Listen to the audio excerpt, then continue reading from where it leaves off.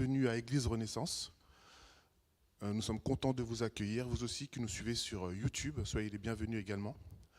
Nous sommes ici dans la maison du Seigneur, nous sommes ici pour pouvoir écouter sa parole, le louer, nous faire du bien.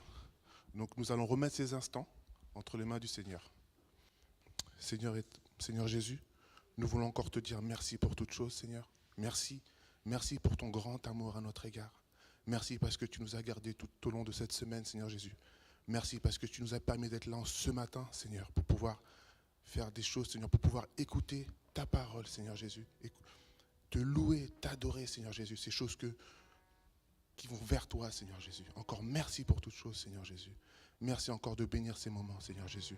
Et que ton nom soit béni. Amen. Je laisse la place à l'équipe de louange.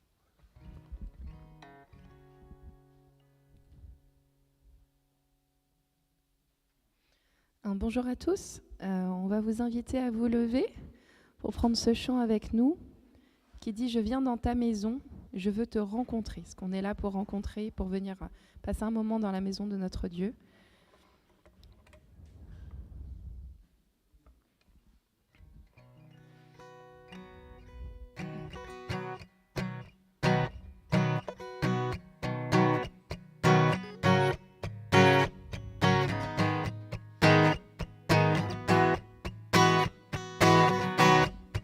Je viens dans ta maison, je veux te rencontrer, tel que je suis et m'abandonner.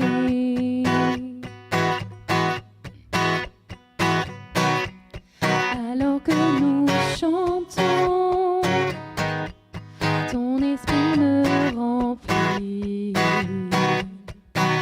Mon âme est libérée.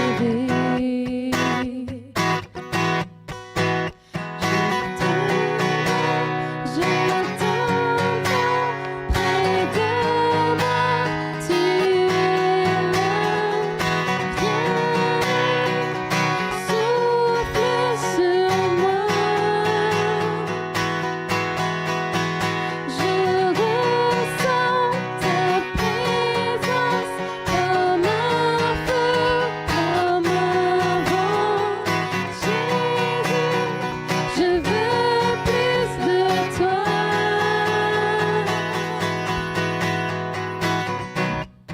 Je viens dans ta maison, je veux te rencontrer, tel que je suis et m'abandonner. Alors que nous chantons, ton esprit me remplit. Mon âme est libérée. Je te vois, je t'entends près de moi, tu es là.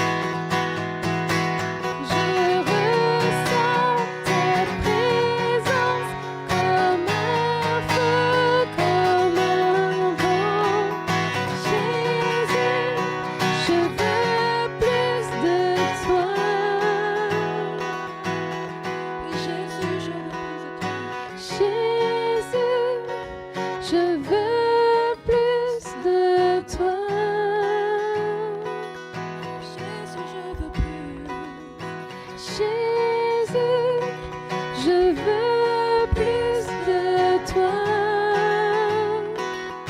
Je veux plus de toi. Jésus, je veux plus de toi.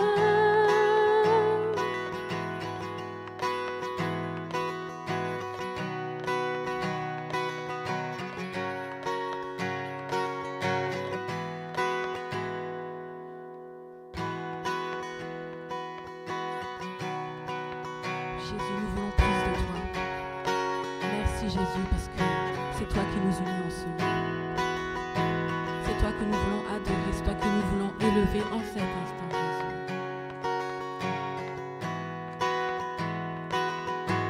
Jésus, nous t'élevons. Élève-toi.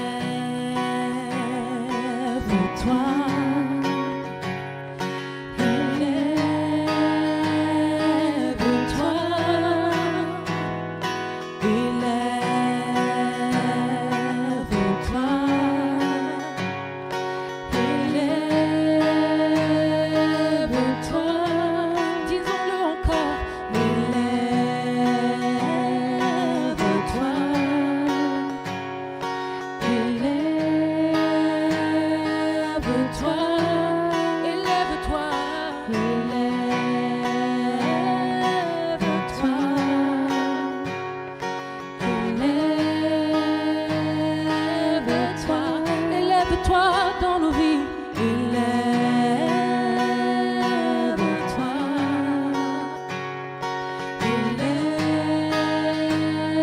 élève-toi, élève-toi plus haut, élève-toi,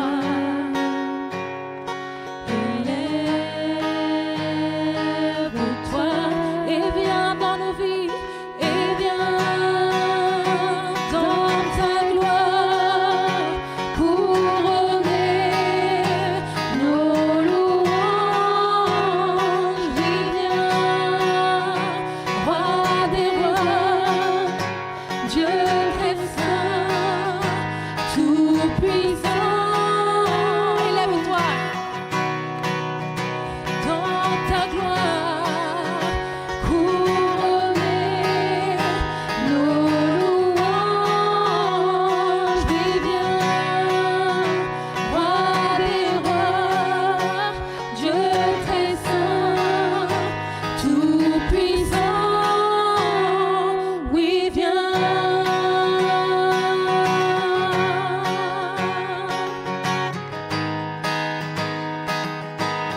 Oui viens Saint-Esprit, oui viens.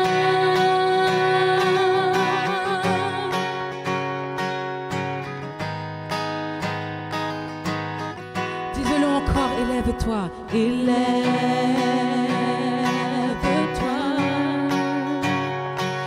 élève-toi,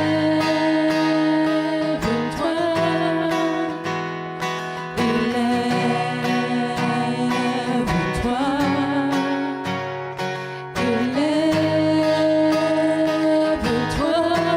élève-toi, élève-toi.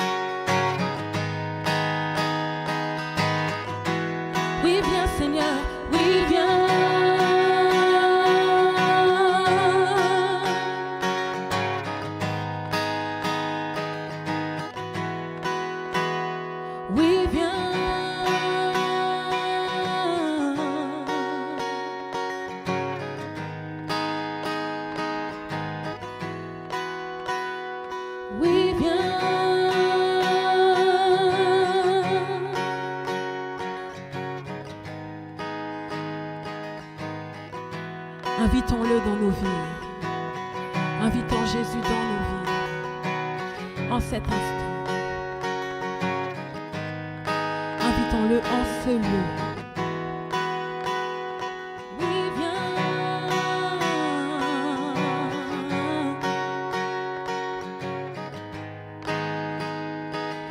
Oui, viens, Jésus.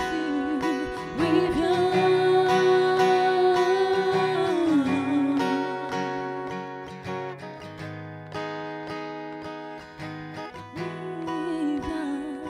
Oui, viens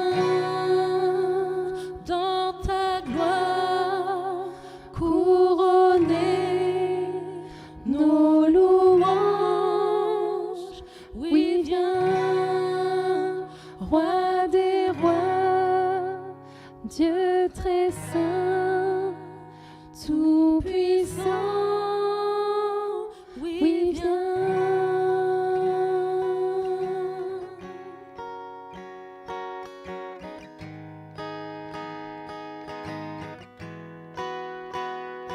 Oui, viens.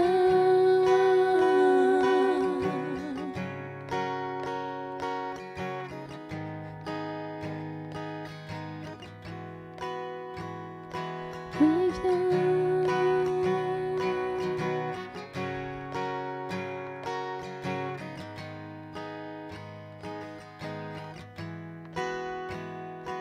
Oui, viens.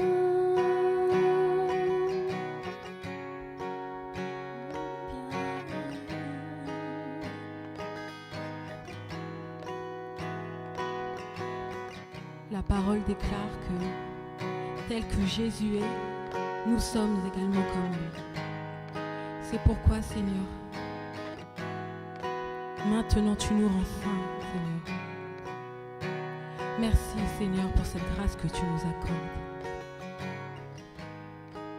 Merci, Jésus, par ton Saint-Esprit. Tu nous transformes de jour en jour et de gloire en gloire, Seigneur. C'est pourquoi nous pouvons déclarer, Seigneur, viens purifier nos cœurs.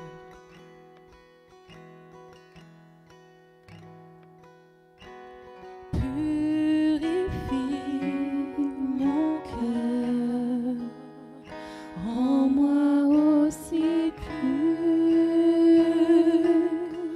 que l'or et l'argent. Purifie mon cœur, rends-moi aussi pur que l'or. Feu du fondeur. Feu du fondeur. Je n'ai qu'un désir, être saint. Être saint. Oui, comme toi tu l'es, Seigneur. Être saint, mis à part pour toi, Seigneur. Oui, je choisis d'être saint, mis à part pour toi, mon seul maître, et prêt à t'obéir.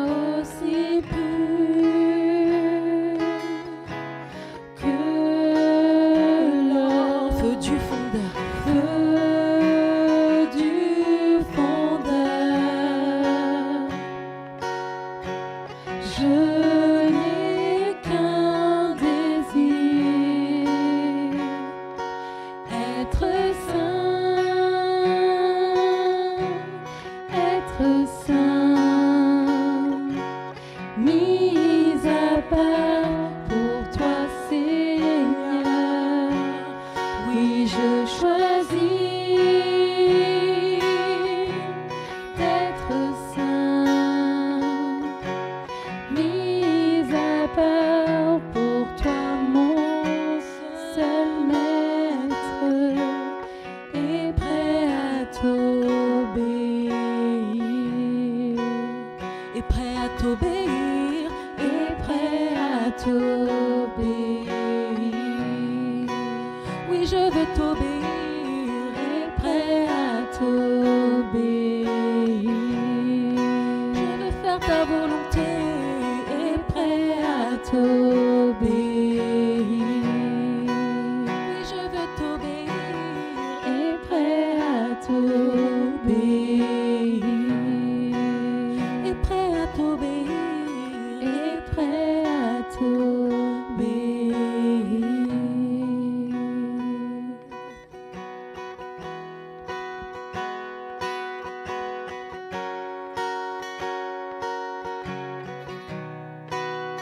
merci Jésus,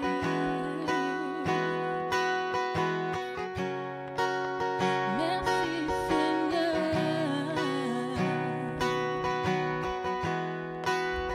merci pour la grâce, merci pour l'amour, merci pour le prix que tu as payé pour moi Jésus, merci pour la grâce, merci pour l'amour, merci pour le prix payé, merci pour la grâce, merci pour l'amour, merci pour le prix payé, merci pour la grâce, merci pour l'amour, merci pour le prix payé.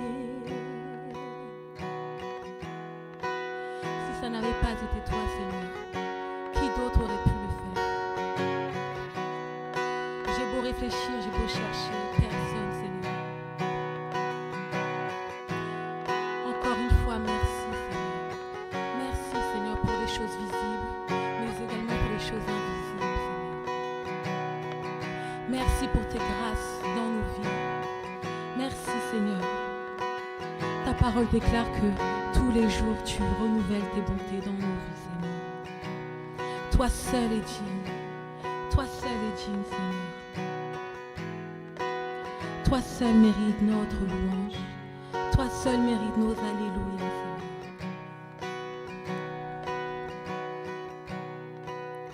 Toi seul est digne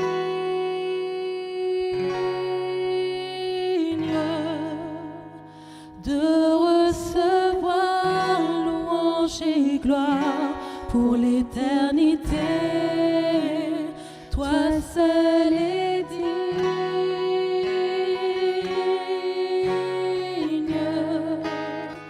de recevoir louange et gloire pour l'éternité. Toi seul est digne, toi seul est digne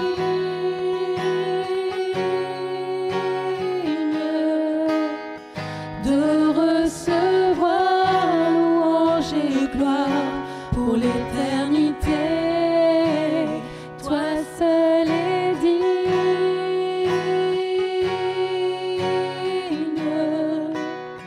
de recevoir louange et gloire pour l'éternité. L'immensité de ta grandeur, L'immensité de ta grandeur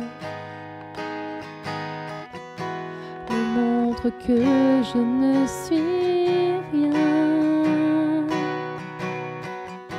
Mais quand tu façonnais la terre, j'étais déjà près de ton cœur. tu m'aimais avant que je ne sois. Tu m'aimais avant que je sois.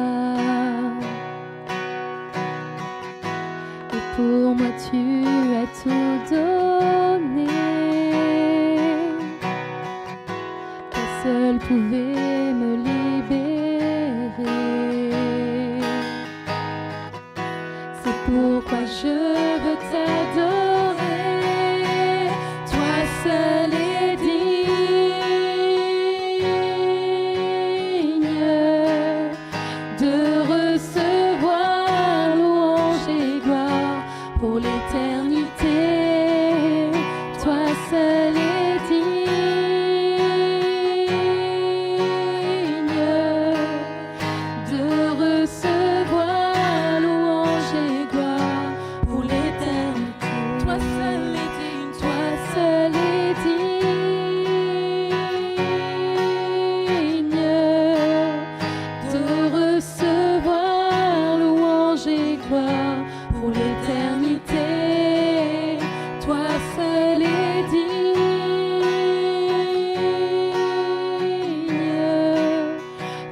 recevoir louange et gloire pour l'éternité.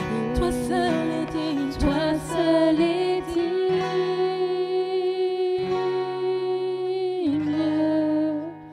de recevoir louange et gloire pour l'éternité. Toi seul est digne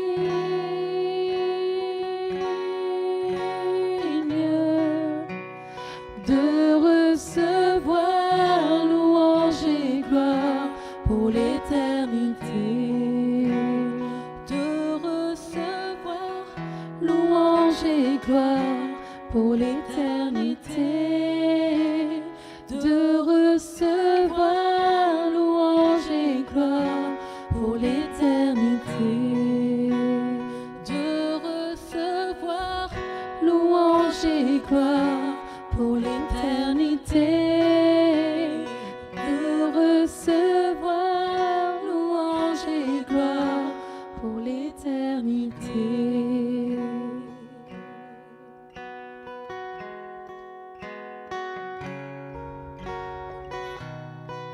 Alors ne te prive pas de louer Dieu, puisqu'il est digne de recevoir la louange et la gloire pour l'éternité. Ne te prive pas de le louer, ne te prive pas de l'adorer.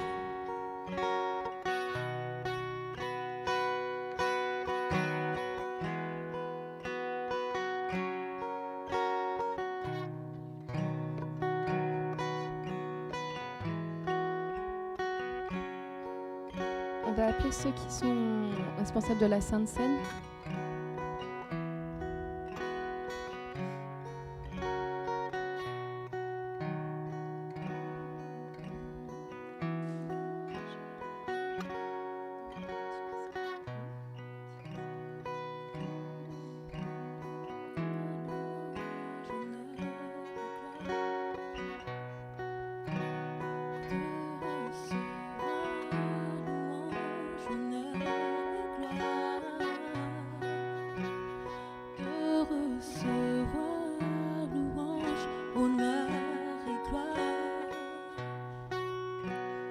Jésus, tu es digne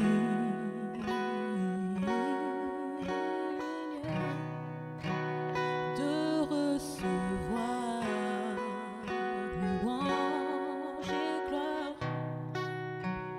Jésus, tu es digne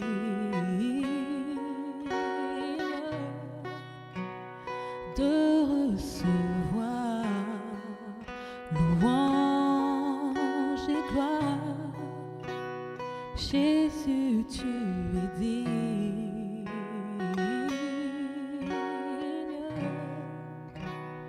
de recevoir louange et gloire.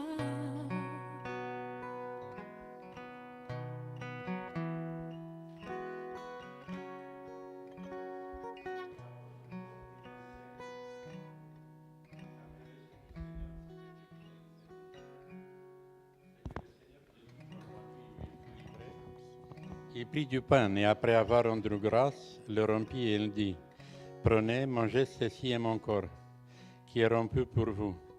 Faites ceci en mémoire de moi. » De même, après avoir soupé, il prit la coupe et il dit, « Cette coupe est la nouvelle alliance en mon sang. Faites ceci en mémoire de moi, toutes les fois que vous en boirez. Car toutes les fois que vous mangez cette pain et vous buvez cette coupe, vous annoncez la mort du Seigneur jusqu'à ce qu'il vienne. » On est ses témoins et chaque fois qu'on prend cette coupe et cette pain, on témoigne devant le ciel et devant la terre que Jésus il est mort, qu'il est ressuscité et qu'il viendra bientôt. Tous ceux qui sont baptisés par immersion, s'il vous plaît, qui se lèvent pour participer à la Sainte Seine. Merci.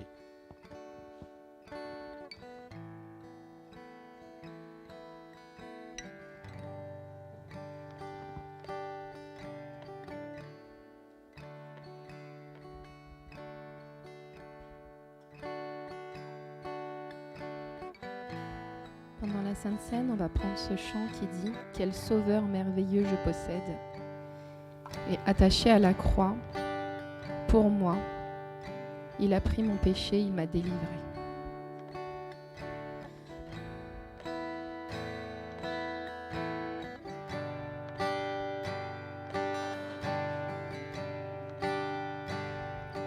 Quel sauveur merveilleux je possède. Il s'est sacrifié pour moi et sa vie innocente il cède pour mourir sur l'infâme bois. Il renonce à la gloire.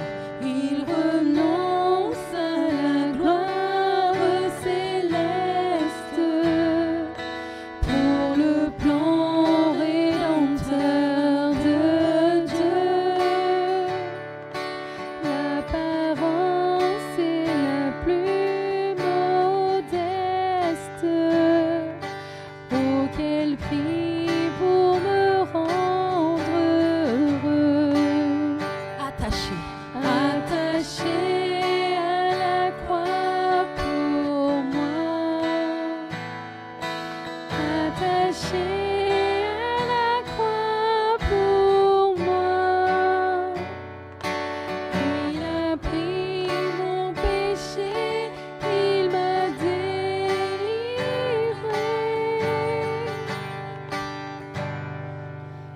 Attaché pour moi. Maltraité, innocent pour ma vie, pour mes iniquités brisées, et chargé de mes maladies, il mourut pour guérir, sauver. Attaché à la croix pour moi. Attaché à la croix pour moi. Il a pris mon péché, il m'a délivré. Attaché à la croix pour moi. Attaché à la croix pour moi. Attaché à la croix pour moi. Il a pris mon péché, il m'a délivré.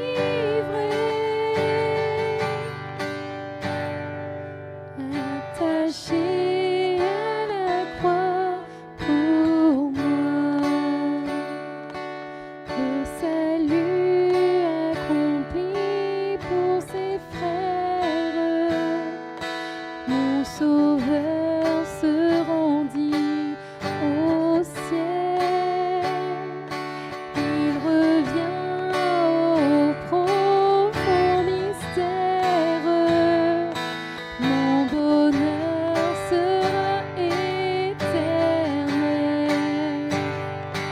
Attaché à la croix pour moi. Attaché à la croix pour moi. Il a pris mon péché, il m'a délivré.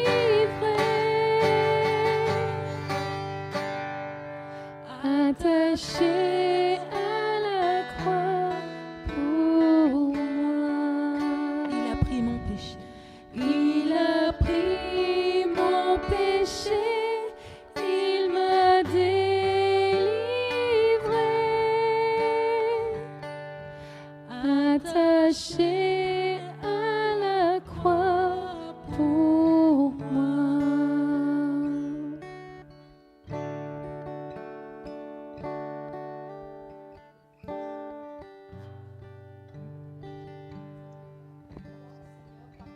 Qui a coulé, tes meurtrissures qui nous ont, Seigneur, mon Père, Seigneur, qui nous ont donné ce tout. Tu as tout accompli pour que nous puissions vivre. Tu as dit, je vous rends libre. Alors mon Père, ce matin, Seigneur, tu nous as donné la vie. Seigneur, cette vie de résurrection en toi, Papa. En toi, Seigneur, tu nous as tout donné. Mon cœur, Seigneur, nous sommes un corps. Et j'appelle ce corps maintenant à la résurrection et la vie dans ce lieu. Maintenant, j'appelle la résurrection et vie. Seigneur, dans ce lieu, nous sommes un corps, une unité qui doit glorifier le roi des rois. Seigneur, nous appelons et j'appelle avec chers frères et sœurs. Papa, nous ne sommes pas là pour nous cacher la vérité parce que tu reviens demain, tu reviens le jour où tu vas poser tes pieds et il sera plus temps de penser, de réfléchir à ce que nous devons faire. C'est maintenant que nous sommes là pour penser, pour savoir ce que nous avons à faire en tant que fils et filles de Dieu, ou ceux qui doivent rentrer dans le plan de Dieu, dans la destinée, parce qu'il y a des âmes qui sont dehors et nous aurons des comptes à rendre à notre roi pour ces âmes, pour nous-mêmes, pour la destinée, notre destinée qui doit s'accomplir par ce tout qui a été donné à la croix. Et j'appelle maintenant, Seigneur, un esprit de paix et d'amour, mais aussi de résurrection en nous, Père. Nous ne sommes pas la crainte est le contraire de la foi. Alors si quelqu'un ce matin a la crainte, dites-vous que vous n'avez pas la foi. Si nous sommes dans la crainte, nous n'avons pas la foi. Alors que ta puissance, Seigneur, agisse. Seigneur, nous sommes vivants pour ton royaume. En tout cas, je le suis. Au nom de Yeshua Mashiach, par le Dieu vivant.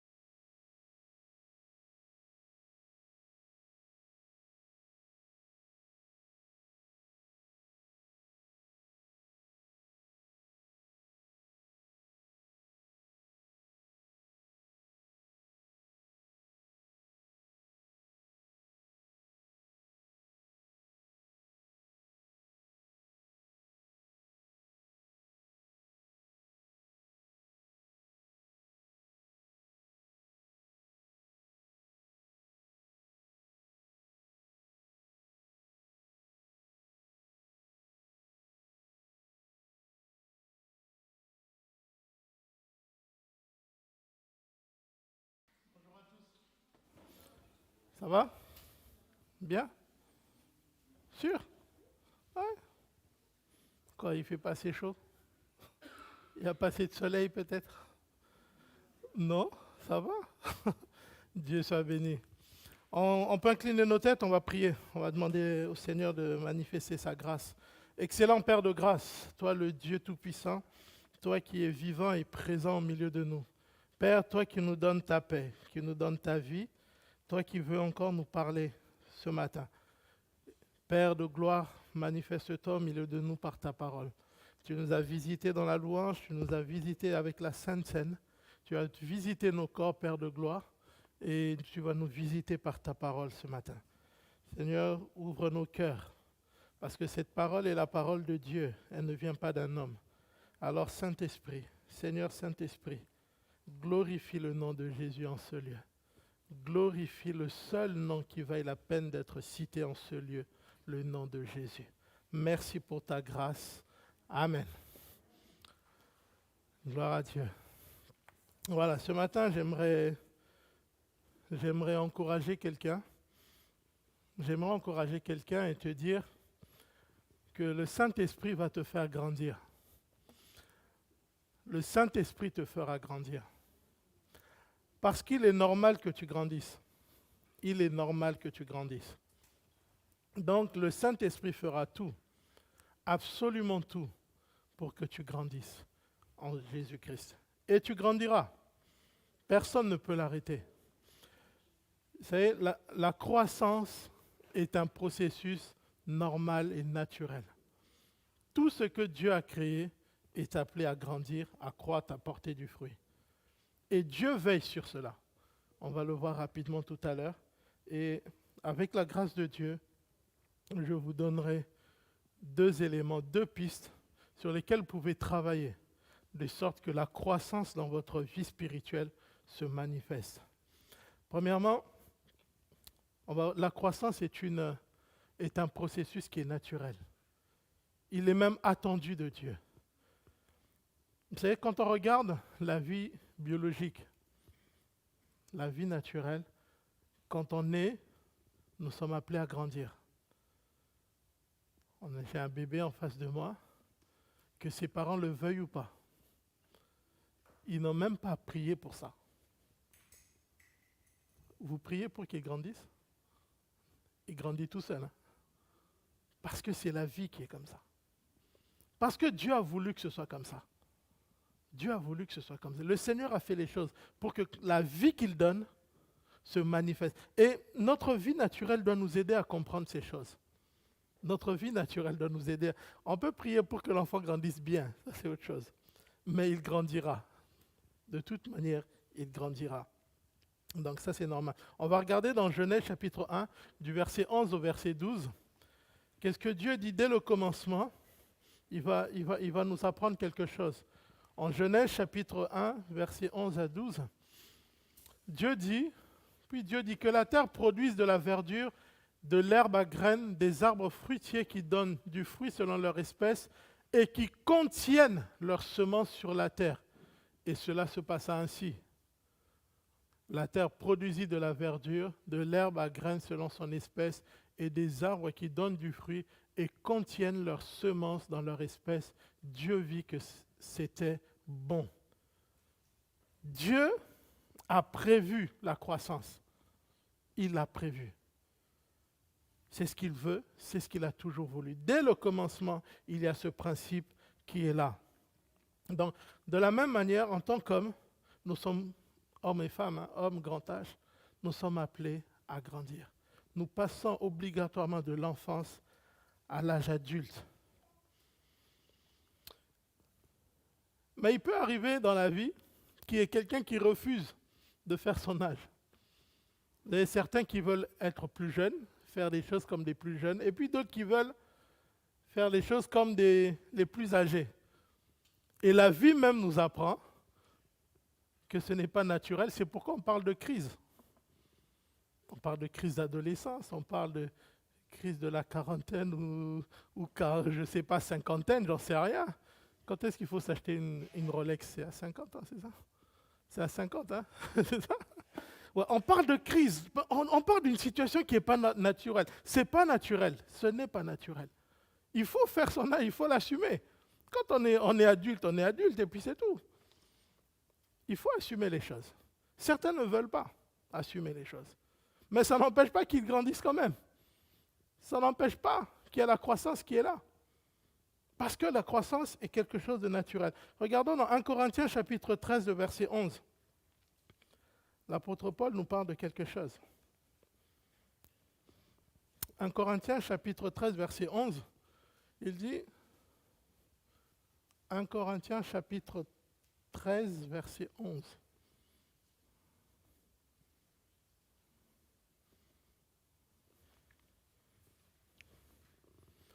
Il dit, lorsque j'étais enfant, je parlais comme un enfant, je pensais comme un enfant, je raisonnais comme un enfant.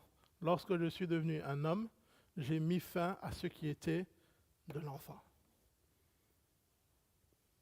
Certains, si ce n'est tous, devons apprendre à arrêter avec ce qui est de l'enfance.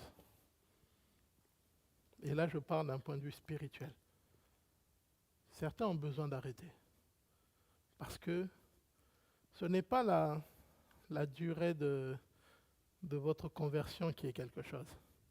Ce qui est quelque chose devant Dieu, c'est la manière dont vous grandissez. Votre niveau de maturité. Et pour grandir, il faut accepter d'arrêter d'être un enfant spirituellement. Il faut arrêter. On va voir tout à l'heure quels sont les éléments qui peuvent nous aider à voir un petit peu où est-ce qu'on en est. Donc je disais tout à l'heure que spirituellement, c'est la même chose. Dieu a mis en chacun de nous une vie spirituelle. Il a dit, je mettrai en vous mon esprit. Non seulement il a mis son esprit, mais il nous a donné un esprit nouveau. La vie est dans cet esprit. Et cette vie que Dieu a déposée en chacun de nous, Dieu a appelé cette vie à grandir, à se manifester. Il faut que l'on grandisse spirituellement. Et parfois, le Seigneur, le Saint-Esprit, a même dû faire des reproches aux chrétiens. Parce qu'ils ne prenaient pas leur croissance au sérieux. Le Saint-Esprit a parlé durement parfois aux chrétiens, parfois à l'Église, en disant, vous ne comprenez pas, après tant d'années, vous ne devrez pas être à ce niveau, à ce stade de l'enfance, dans les choses de l'esprit. Vous ne devez pas être à ce niveau-là. On va lire rapidement dans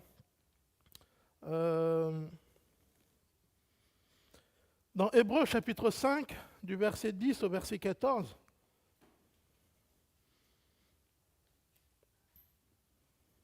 Hébreux chapitre 5, verset 10 à 14.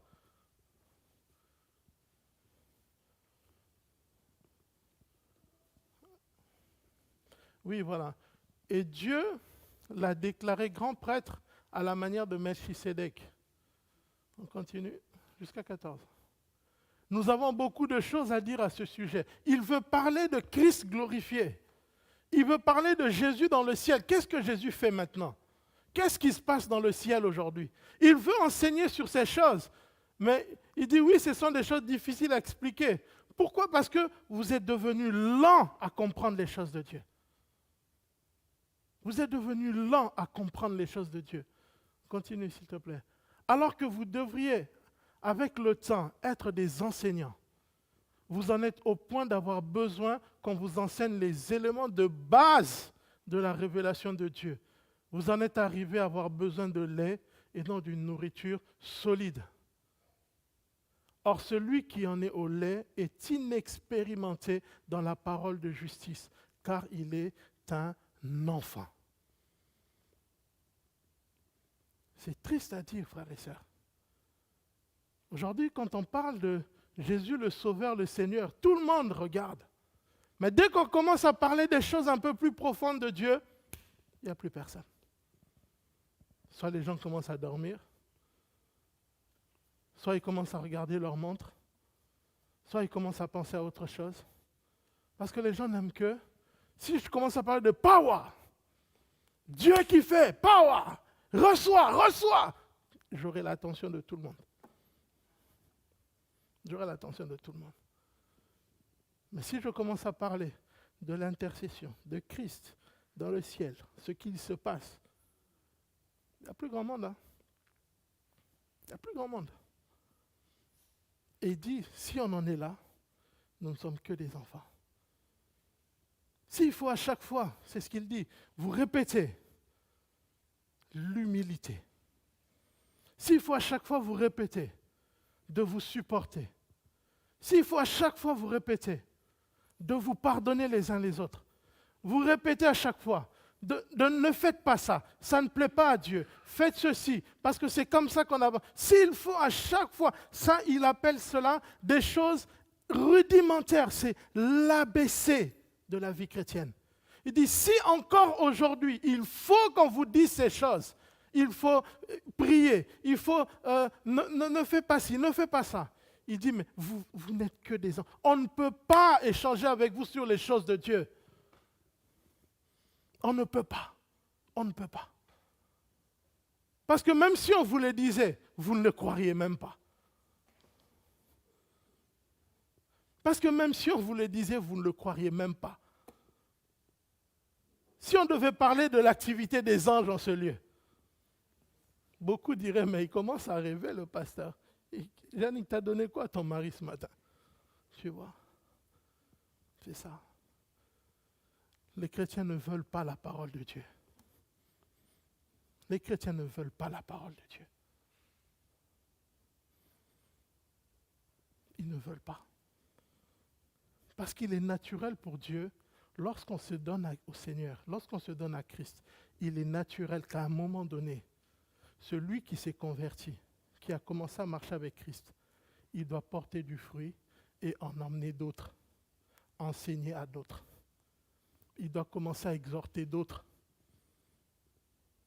C'est ça, la vie chrétienne normale. La vie chrétienne normale, c'est que, arrivé à un stade de ta vie, il faut que tu te reproduises.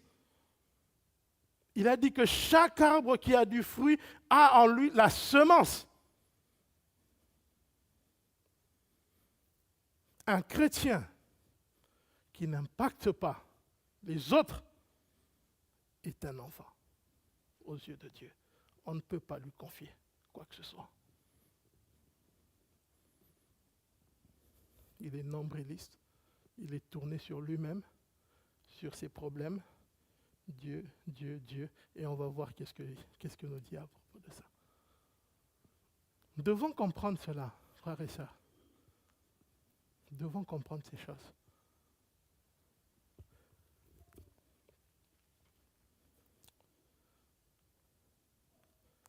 Les nostalgiques. Beaucoup. J'entends beaucoup de chrétiens. À chaque fois, avant je faisais ceci, avant c'était comme ça. Avant, j'arrivais à faire ça. Avant, je priais tant, je lisais tant. Avant, ma vie chrétienne, avant, moi, j'ai connu. Il y a 20 ans, c'était ça. Il y a 15 ans, c'était ceci. Il y a ceci, il y a ceci. Avant. La Bible dit que Jésus est. Il est aujourd'hui. Il est. Il l'était et il vient. Mais on commence par il est. Maintenant. Hier, tu avais un Dieu puissant qui te faisait faire des choses. Hier, tu avais un Dieu puissant qui te visitait, qui te rendait capable d'étudier sa parole. Un Dieu puissant qui te donnait la soif de sa présence. Mais et aujourd'hui, il est où ce Dieu? Parce qu'il dit, celui qui est, qui était et qui vient. Mais est là aujourd'hui. Il est où? Il est où? Tu veux me parler de ta vie chrétienne quand tu t'es converti il y a 25 ans. Mais aujourd'hui, là, qu'est-ce qui se passe dans ta vie? Qu'est-ce qui se passe dans ta vie? Qu'est-ce qui a fait que tu ne vis plus les choses comme tu devais les vivre? Peut-être parce que tu n'as pas compris que tu as grandi. Au lieu d'aller plus loin, toi, tu veux encore du lait. Alors Dieu te regarde.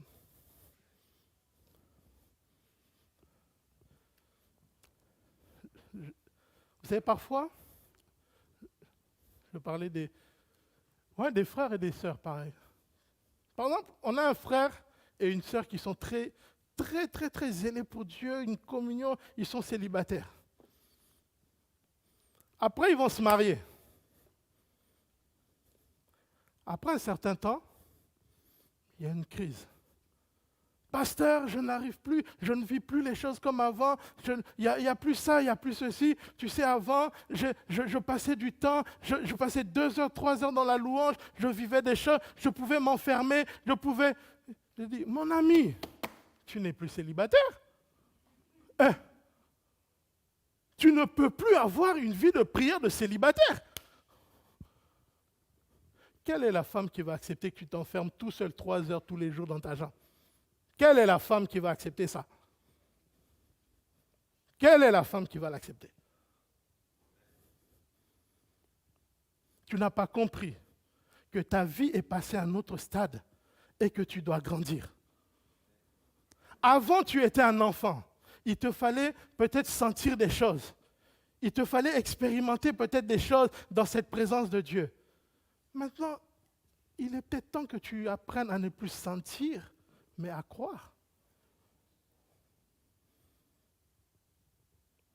Il est temps pour toi de grandir, de ne plus vivre de sensations, mais de foi.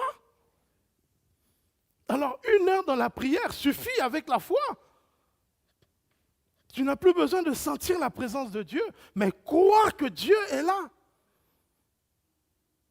Même lorsque tu es assis avec ta femme.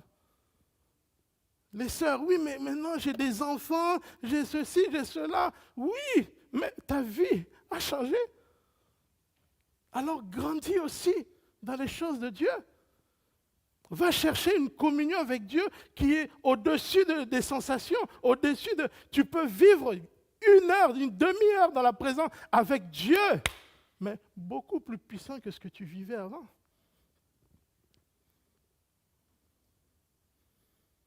Nous refusons de grandir. Toujours moi, avant. Tu n'es plus avant. Tu n'es plus il y a 15 ans, 30 ans, 35 ans. C'est fini.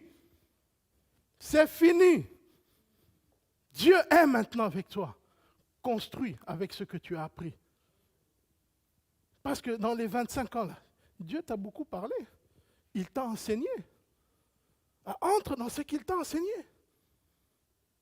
Entre dans ces choses. Parce que tu n'es plus le même. Tu n'es plus la même. Tu n'es plus la même. Tu n'es plus le même. Tu as déjà grandi. Tu ne le sais pas. Spirituellement, tu es un jeune homme de 30 ans, de 25 ans, mais tu veux encore porter des couches. Sors de l'enfance. Mets un pantalon. Et avance. Je comprends. Et avance. Arrête. Maman te portait bien, tu étais bien, maman te porte. Une maman ne porte plus son garçon comme ça. Avec l'âge que tu as là. Papa, bon Dieu te couvait, il te garde. Des fois, tu ne priais même pas, déjà les choses arrivaient. Tu étais là dès que tu as dit, Seigneur, tu sens la présence de Dieu. Mais tu étais un bébé. On te couvait. Mais après un moment, c'est maman qui dit, va un peu dehors. Va un peu. C'est ça. Avant, maman mettait le goûter, il mettait à table ton goûter, il te mettait tout sur la table. Viens manger. Mais maintenant, il t'a dit, va prendre ton goûter. On t'a appris où se trouve le chocolat. On t'a appris, va chercher ton goûter. Parce que tu as grandi. Tu as déjà grandi. Alors fais les choses comme un adulte. Et oublie. Dieu était, oublie ça. Si Dieu est avec toi maintenant, Dieu veut que tu vives les choses avec lui. Alors naturellement, de même qu'il y a des signes qui doivent nous alerter, j'en ai parlé un petit peu, d'accord? Il y a des signes qui peuvent nous alerter naturellement. À 2 ans, si un enfant ne marche pas, les parents savent qu'il y a un problème. Oui ou non? À 2 ans, un enfant qui ne marche pas par lui-même, tout seul, ça veut dire qu'il y a un problème. Et spirituellement, il y a des choses comme ça. Spirituellement, il y a des choses comme ça. Et la Bible nous parle de 3 stades dans la vie du chrétien. Il y a 3 stades. Alors, ce que je vais vous donner, ce n'est pas pour commencer à regarder le frère ou la sœur et à dire, lui là, il en est là. Lui, et non, c'est pour toi-même d'abord. C'est toi-même d'abord. Si tu commences à suspecter, parce qu'on se connaît entre chrétiens, on dit, je sens que, je ne sais pas trop qu'est-ce qui me dit que, non, ça c'est toi-même. Le Saint-Esprit ne fait pas ça. Le Saint-Esprit ne va pas humilier quelqu'un devant toi. Le Saint-Esprit ne condamne personne. Jamais. Le Saint-Esprit, écoute-moi, le Saint-Esprit ne te maudira jamais. Il ne te condamnera jamais. Il ne te rejettera jamais. Si quelqu'un vient te dire de la part du Saint-Esprit, toi tu vas mourir, toi tu auras ça, tu as ça, tu as ça, dis-lui tu mens. Tu lui dis que tu mens. Jamais. Même quand tu es dans l'erreur, il te donnera toujours une porte de sortie jusqu'à la fin. Jusqu'à la fin, il te donnera une porte de sortie. On se comprend? Parce qu'il y a des gens qui nous fatiguent. Il y a des gens qui fatiguent les chrétiens. Oui, pasteur, ouais, l'autre jour, il y a quelqu'un, je ne dis pas que c'est ici, hein, je vous rassure, c'est pas ici. Parce que de toute façon, si c'est ici, là, Je te mets dehors. Si tu dis ça aux chrétiens, je te mets dehors. Sérieusement. Non, il ne faut pas faire ça. Il y a un frère qui a prophétisé et le Saint-Esprit m'a dit, si je fais ça, je vais aller mourir. Et la personne, un esprit de peur l'a saisi. Parce qu'on lui a dit que tu vas mourir. Le Saint-Esprit ne fait pas ça. Il n'humilie personne. Afficher les gens comme ça, en plein culte. Toi, tu es dans l'adultère. Non. Il est l'esprit de sagesse. Il va aller parler. Tu vas aller parler à la personne. Et même quand tu vas parler à la personne, si c'est vrai, il te donnera la sagesse pour le faire. Parce qu'il ne s'agit pas de montrer à l'autre que tu es un mauvais chrétien, mais c'est de lui dire comment sortir de là. La Bible dit, lorsqu'on va parler à son frère, c'est pour le récupérer. Si ce n'est pas ce qui est dans ton cœur, tais-toi, prie. Si ce n'est pas pour récupérer quelqu'un, tais-toi et prie seulement. Dieu suscitera quelqu'un d'autre qui va lui parler. On comprend? Jésus a payé un trop grand prix pour briser la vie des gens comme ça. Il a payé trop cher pour briser la vie de ses enfants. Donc ce que on va partager ce matin, ce n'est pas pour les autres, c'est pour nous-mêmes, pour moi-même d'abord. Alors la Bible nous parle de 3 stades dans la croissance. On nous parle des petits-enfants. La Bible parle des petits-enfants.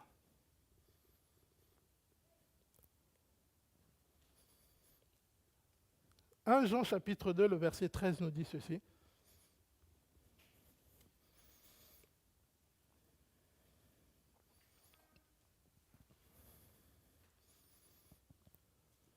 Il dit, je vous écris Père, ça on verra ça plus tard, je vous écris jeunes gens, il dit, je vous écris vers la fin, je vous écris petits enfants, parce que vous connaissez le Père.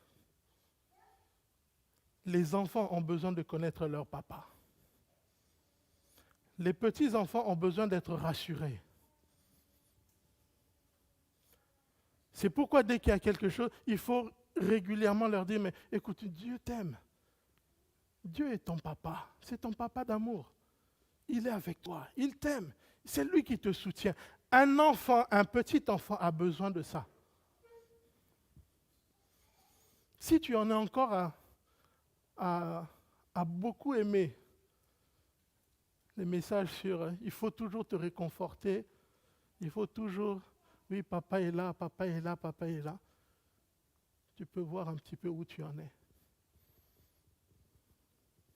Un petit enfant, lorsqu'il est dans... Quand vous emmenez les enfants au parc, ils sont tout petits, ils jouent, à un moment donné, ils se retournent, ils cherchent maman ou papa, ou les deux, pour ceux qui y vont à deux. Parce qu'il a besoin d'un visuel. Il faut qu'il voie. Il faut qu'il voie. Alors il faut régulièrement. Parce qu'ils ont besoin d'assurance. La caractéristique des petits-enfants, c'est qu'ils ont encore besoin d'être rassurés dans les choses de Dieu.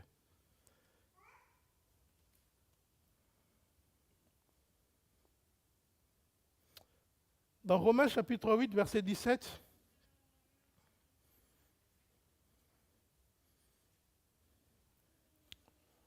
il dit, or si nous sommes enfants, nous sommes aussi héritiers, héritiers de Dieu et co-héritiers de Christ.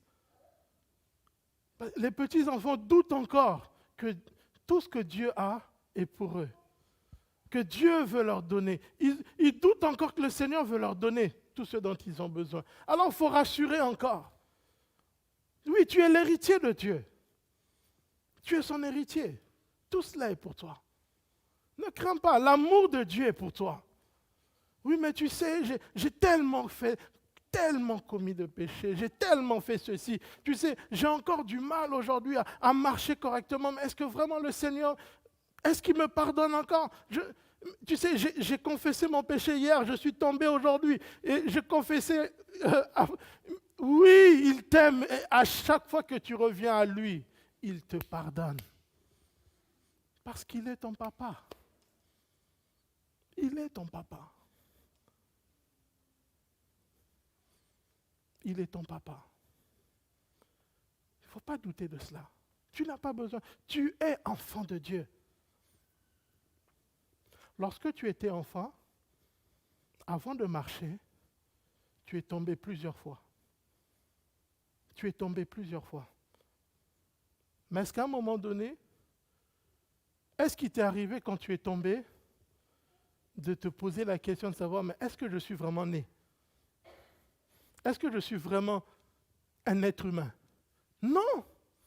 Tu es un être humain, tu es un vrai enfant, tu es là, tu existes, tu es appelé à marcher. Mais aujourd'hui, tu n'arrives pas encore à marcher parce que tu n'es qu'un enfant. Ça fait partie du processus. Arrivé à un moment donné, tu seras fort, tu tiendras sur tes deux jambes et tu marcheras. Continue simplement d'avancer. Continue d'avancer. Tu es un enfant authentique de Dieu. Il y a des choses sur lesquelles tu dois prendre des victoires. Ça, c'est vrai. Et des choses contre lesquelles tu te bats aujourd'hui, tu as du mal. Mais ça ne remet pas en cause ce que tu es. Tu es enfant de Dieu. Demain, tu marcheras droit et tu domineras sur ces choses. Parce que c'est la logique de Dieu comme ça. C'est dans sa logique. Tu marcheras. Ne doute pas, tu es son héritier. Et parfois, un héritier ne jouit pas de tout. Regardons Galates chapitre 1, le verset. Galates 4, verset 1. Dieu lui-même le dit. Tu es son héritier, mais tu ne vis pas tout aujourd'hui, parce qu'il y a encore en toi de l'enfance. Galates 4, 1. Voici ce que je veux dire. Aussi longtemps que l'héritier est un enfant, il ne diffère en rien d'un esclave, quoiqu'il soit le maître de... Tout est à toi. Mais comme tu n'es qu'un enfant encore, il y a encore des gens qui vont dominer sur toi, qu'on appelle des tuteurs. Ils vont gérer encore les choses pour toi, parce que tu n'es pas assez mature. Mais sinon, tu es le maître de tout. Tout est à toi. Si tu sors de l'enfance, tu domineras sur ces choses. Tu vas les gérer par toi-même, parce que tu as grandi. Alors certains sont frustrés. Certains sont frustrés. Ils voudraient vivre des choses. Ils voudraient faire des choses. Ils proclament, mais ils ne voient rien. Parce que tu n'as pas compris que dans ta vie, tu en es encore au stade de l'enfance. Personne ne va te confier les choses qui sont à toi. Jésus lui-même l'a dit. Il a dit à ses disciples, je ne peux pas tout vous dire maintenant, vous ne pouvez pas supporter les choses. Vous ne pouvez pas les supporter. Il y a des choses que Dieu ne nous donne pas, il ne nous dit pas, parce qu'on ne peut pas les supporter, parce qu'on est encore un enfant.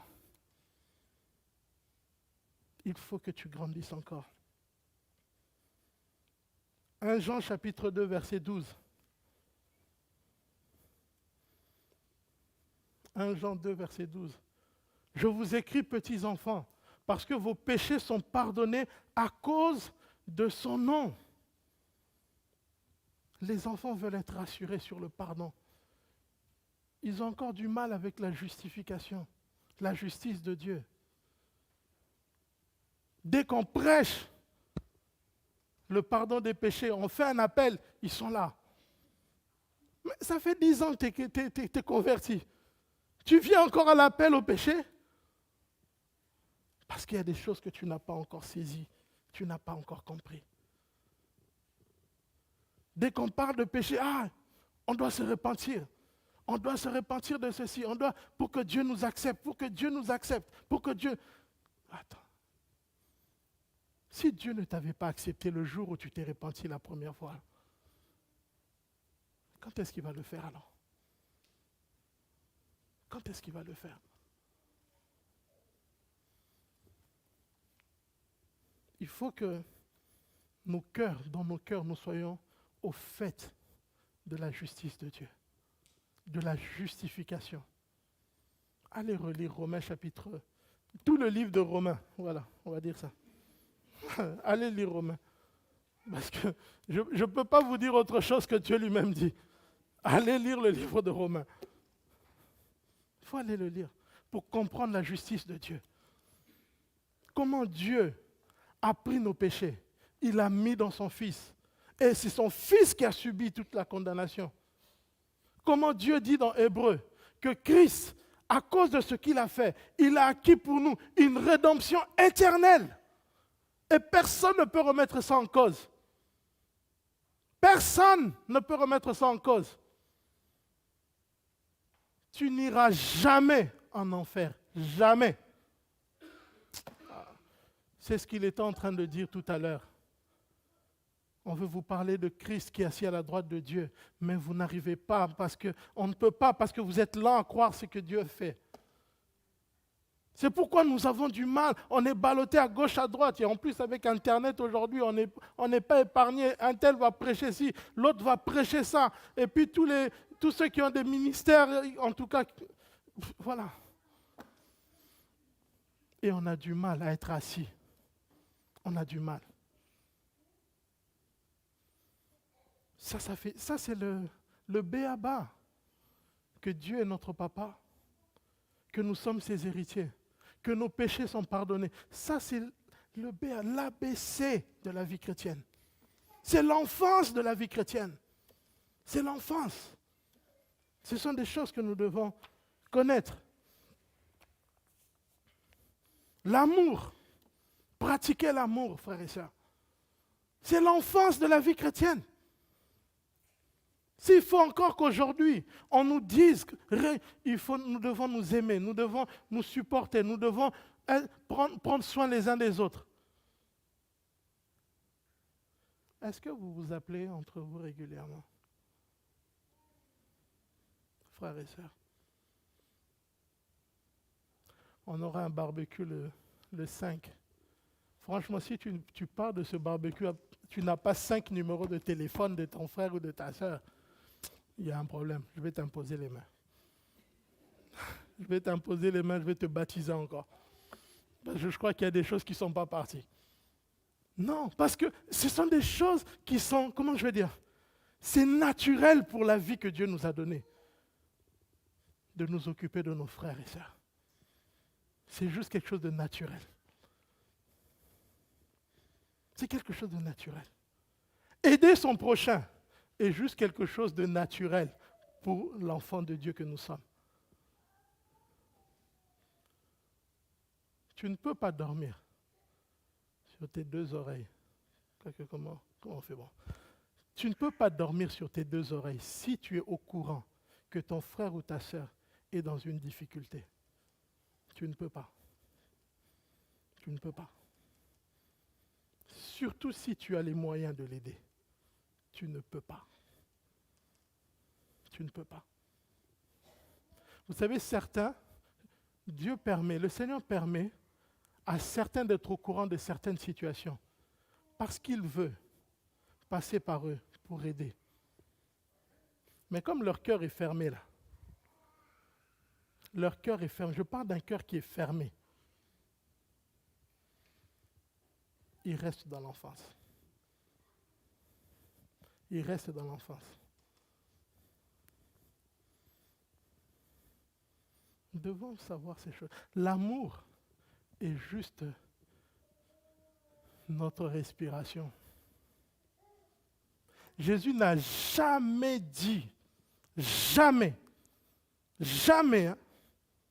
que le monde croira en lui à cause des œuvres que nous allons faire. Jamais. Il n'a jamais dit que c'est notre onction qui est la preuve que c'est lui le Fils de Dieu. Par contre, il a dit que c'est à l'amour que nous avons les uns pour les autres que le monde saura qu'il est le Fils de Dieu. Nous voulons faire des choses.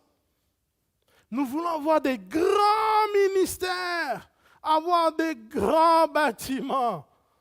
On se dit, oui, le monde va voir ça. Il faut qu'on investisse toutes les sphères de la société pour impacter. Oui, c'est bien. Sans amour, c'est zéro. C'est zéro. Sans amour, c'est... Nous lisons parfois trop vite la Bible. Nous lisons trop vite parfois. Les choses sur lesquelles le Seigneur met du poids, kabod, la gloire de Dieu, le poids de Dieu. Nous passons vite. On dit, Seigneur, on veut faire des miracles. Seigneur, on veut faire des miracles. On fait des miracles. Jésus a fait des miracles et des miracles et des miracles devant des foules et des foules. Et c'est la même foule qui a dit, crucifie-le. La même foule a dit, crucifie-le. Ceux qui ont mangé le pain qu'il a multiplié, ils ont dit, crucifie-le.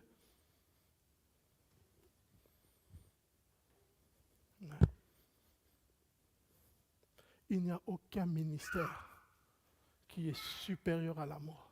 Aucun ministère, aucun don spirituel, aucune communion, quelle que soit, tu peux monter si dans ton ministère, dans l'exercice de tes dons, tu humilies les autres, tu écrases les autres, tu veux montrer que toi tu es quelqu'un, que toi tu connais le Saint-Esprit. Je te dis, ton ministère est nul. Parce que lui-même, il le dit dans 1 Corinthiens chapitre 13. Il dit, même si j'avais toute la science, la connaissance de Dieu, même si je peux donner ma vie, mourir pour les autres, mais si je n'ai pas d'amour, si je ne respecte pas les gens qui sont là, si je ne considère pas les gens qui sont là, si mon attitude blesse, il dit, je ne suis rien. Je ne suis rien. Absolument rien. Vous voyez? L'amour. L'amour. Où est notre amour? Mais ça, c'est l'enfance de la vie chrétienne. C'est l'enfance. Il dit petits enfants. C'est l'enfance de la vie chrétienne. Si le Saint-Esprit est obligé de nous rappeler encore ces choses encore et encore, nous sommes encore des enfants. Et toi, tu veux remplir des stades. Tu veux convertir des villes. Mais le B.A.B.A., il est où? Il est où? Il est où? Il est où? Combien de personnes sont rentrées par cette porte et aujourd'hui s'assiedent parce qu'il y a deux personnes qui leur ont montré de l'amour en les accueillant, en s'intéressant à eux. Combien? Combien? Parce qu'ils se sont sentis aimés, accueillis, acceptés. Mais le problème, c'est que c'est toujours les mêmes. Et tout le monde. Et nous autres alors? Toujours les mêmes. Merci Seigneur, il y a les autres. Et nous? Et moi? Et moi? Et moi? Et toi? Tu es où? Où est-ce que tu es? Ah, mais je n'ai pas le ministère de l'accueil. Ah bon, depuis quand l'accueil est un ministère? Il y a 5 ministères. Prophète, apôtre, docteur, évangéliste et pasteur. Il y en a 5. Depuis quand l'accueil est devenu un ministère? Moi, je n'ai pas reçu ça. Tu as reçu quoi alors? Vous comprenez? Parce que c'est ce que tu es. Dieu est amour. Et nous sommes tels qu'il est. Nous sommes l'amour. Alors grandissons. Amen. Et je vais terminer par quelque chose. 1 Jean 4, 4. Les petits enfants ont aussi besoin d'entendre ces choses. 1 Jean 4, 4. Voici ce qu'il dit. Petits enfants, vous êtes de Dieu et vous avez vaincu ces prétendus prophètes, parce que celui qui est en vous est plus grand que celui qui est. Le petit enfant a besoin d'être rassuré. Mon papa, il est plus fort. Mon papa, il est le plus fort. Alors oui, le Saint-Esprit te dit, oui, je suis fort. T'inquiète pas, je suis avec toi. Mais il a besoin continuellement qu'on lui dise ces choses. Que papa est fort. S'il y a un souci, je veux aller chez papa. Je veux aller chez papa. Mais si à 30 ans, papa doit venir se bagarrer pour toi, il y a quelque chose. Humainement parlant, il y a quelque chose. Si tu vas même courir derrière papa, là, il peut te gifler en disant, un grand comme toi, va te battre. Si tu es mon fils, c'est que tu as hérité de mes gènes. Tu as hérité de mes gènes. Bats-toi. En tout cas, défends-toi. Si ça tourne mal, je viendrai. Mais voilà. Le petit enfant a besoin d'être rassuré. Et Dieu te rassure ce matin. Il dit, petit enfant, vous êtes de... Ça dit, tu es de moi. Tu n'es de personne d'autre. Tu es de Dieu. Tu es né de lui. Tu n'es pas illégitime. Tu lui appartiens. Et il dit, je suis en toi et je suis plus grand que tout ce qui est dehors. Tout ce qui est autour de toi n'est rien comparé à moi. Sois rassuré ce matin. Ne crains pas. Ton papa est très fort. Ça, c'était pour les jeunes gens. Donc, le Seigneur nous dit, voilà, il faut comprendre que je sais que tu es un petit enfant parce qu'il faut te rassurer, tu as besoin d'entendre ces choses. Que ton papa est très fort, que je t'aime, qu'il y a l'amour de Dieu qui est là dans ta vie, que tu es son héritier, qu'il a pardonné tous tes péchés. Mais il faut que tu grandisses. Et pour grandir, il y a quelque chose de fondamental. Quelque chose qui fait qu'on passe de l'enfance au jeune homme. On passe de l'ABC, on passe de l'apprentissage de l'alphabet, on commence à faire des mathématiques. Il y a quelque chose qui est important. On va retourner à 1 Jean chapitre 2, le verset 14.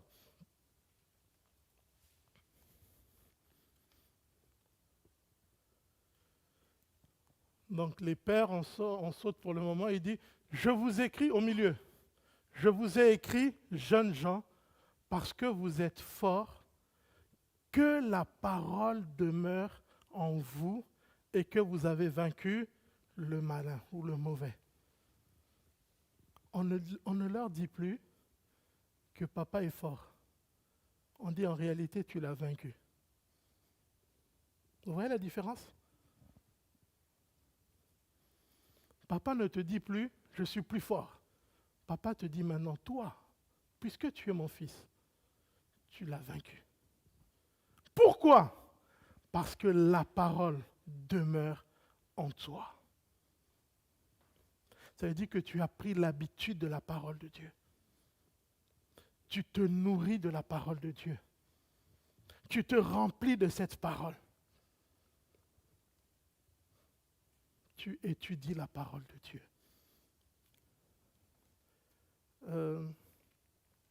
Vous connaissez l'armée du salut? Ouais. Celui qui a fondé l'armée du salut a dit en son temps quelque chose. Il a déclaré quelque chose et je pense qu'aujourd'hui, ça se vérifie encore. Encore. Et même plus. Il a dit qu'il y a un grand illettrisme chez les chrétiens aujourd'hui par rapport à la parole de Dieu. Les chrétiens deviennent de plus en plus illettrés par rapport à la parole de Dieu. Illettrés. Aujourd'hui, ce qui nous trompe, je pense que je l'ai déjà dit et je le redis encore, ce qui nous trompe aujourd'hui, ce sont tous ces petits messages qu'on s'envoie les uns les autres et qu'on reçoit les uns les autres. Quand tu reçois ces choses, tu as l'impression que tu as compris, tu as lu quelque chose. Mais en vérité, non. En vérité, non. Regardez tous ces messages, vous savez, de motivation personnelle, là, pour vous dire, sois fort, toi, ne te laisse pas écraser, tu as du potentiel en toi, mets-toi en truc. Vous connaissez tous ces messages qu'on reçoit. Aujourd'hui, tout le monde sur Internet est fort dans ces choses-là. Et tu reçois ça voilà, par WhatsApp ou par truc, les TikTok, les matchs. Oui, ça met quoi? 1 minute, 2 minutes et tu as l'impression, ah ouais, j'ai compris, j'ai saisi un truc. Tu commences, tu fais le truc. Mais depuis que tu as ces messages-là, ta vie a changé? Depuis que tu reçois ces messages-là, ta vie a changé? Qu'est-ce que tu as mis déjà en œuvre? Depuis que tu les reçois. Qu'est-ce qui a changé de ta vie? Tu reçois toujours les mêmes messages dans ton canapé. Tu n'as pas bougé d'un seul pied pour aller chercher du travail.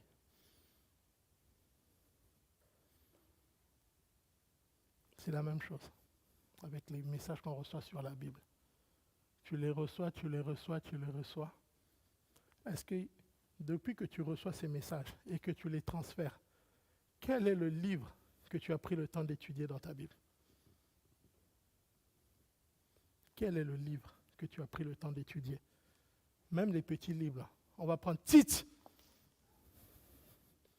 Est-ce que tu as pris le temps même de lire Tite? Il n'y a qu'un seul chapitre. Est-ce que tu l'as même lu? Et pourtant, ça fait des années, des mois que tu balances, que tu envoies, tu commandes tous ces messages-là. Oui, la parole, oui, la parole. Qu'est-ce que tu as fait? Qu'est-ce que tu as fait? Rien. Absolument rien. C'est pourquoi?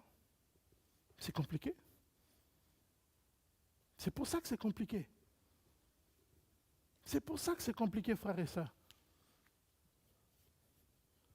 Satan a dit, on va les endormir. On va leur donner quelque chose qui ressemble. On va leur donner quelque chose, on va souffler un peu. Il n'y a pas mieux pour endormir un chrétien. Tu mets quelques versets, tu mets un petit truc et tu balances ça comme ça. Parce que si la parole demeure en eux, c'est fini pour nous. Parce qu'ils vont comprendre qu'en réalité, ils sont déjà vainqueurs. Voilà comment Satan nous abuse. Ah oui, mon portable dans mon ordinateur, mon portable ma Bible dans mon portable, dans mon truc. Et puis tu es là, bon, je vais lire un peu. Tu commences à lire et puis, il y a un message qui arrive, allez, tu cliques dessus, tu lis, et puis, bon, je reviens. Ah, j'en étais où? Et puis, allez. Pourquoi tu vas te moquer de Dieu? Tu as déjà reçu un message le jour où tu as ouvert ça? Quelqu'un est déjà venu te distraire avec ça? Une publicité est déjà venue te distraire avec ça?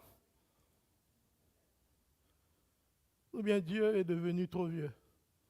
Ça, c'est devenu archaïque. Ça, c'est devenu archaïque. Maintenant, il ne faut plus qu'on nous voit avec ça. Écoutez, ça, c'est un choix personnel. Chacun est libre. Chacun est libre.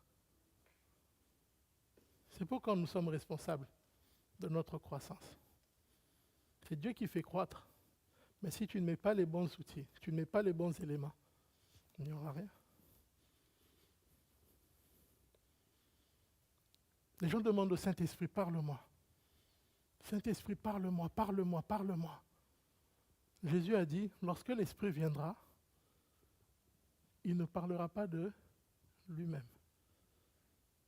Mais il va vous rappeler ce que je vous ai dit. Oui ou non? Quand est-ce que Jésus t'a parlé?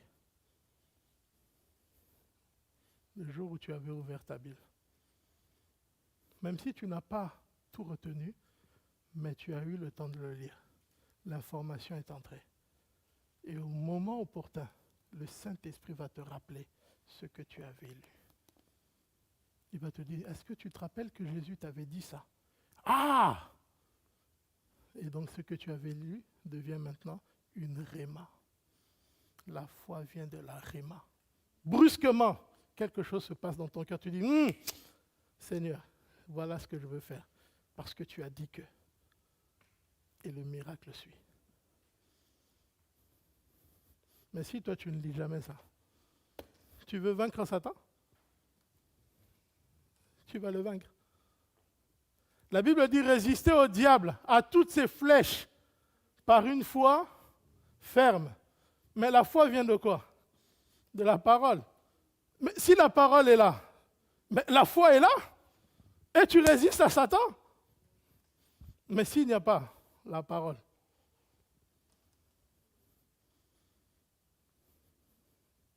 Dieu n'a pas dit résister à Satan par la prière. Satan n'a pas peur de ta prière. Il connaît Dieu mieux que toi. Il a vécu dans la présence de Dieu. Il ne faut pas l'oublier. Il connaît l'onction. Il a lui-même une onction. Il ne faut pas l'oublier.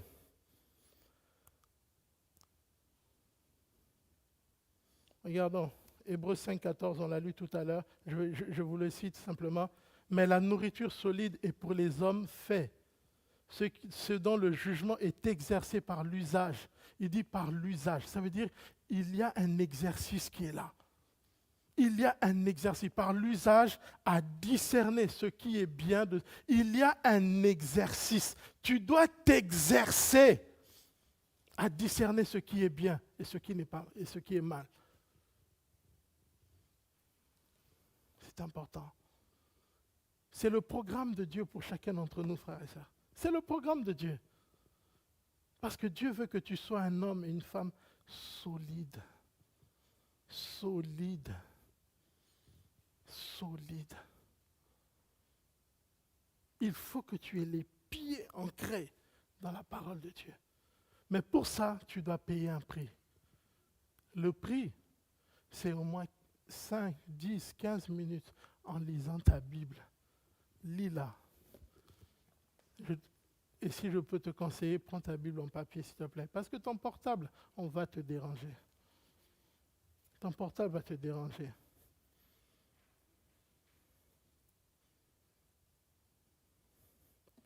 Et puis je vais terminer par les pères. Les pères. Dans 1 Jean, chapitre 2, verset 13, voici ce qu'il dit.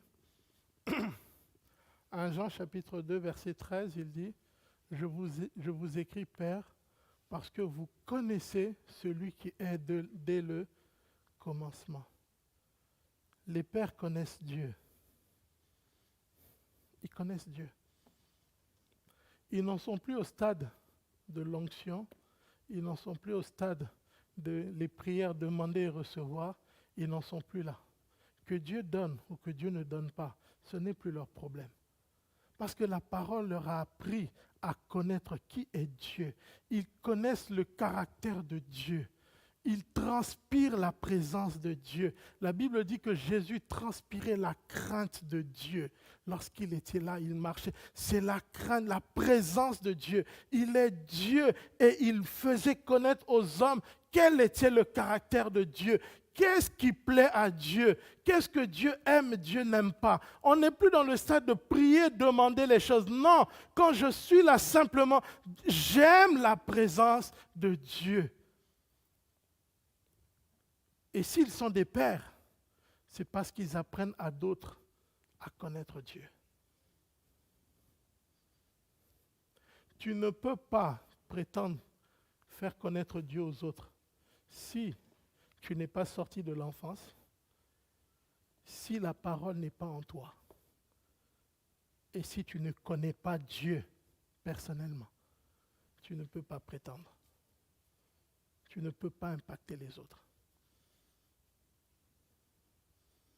Parce que ce que tu vas communiquer aux autres, ce sont tes peurs, ce sont tes craintes, ce sont tes opinions personnelles. Tu vas vouloir communiquer aux autres ce qui n'est pas spirituel.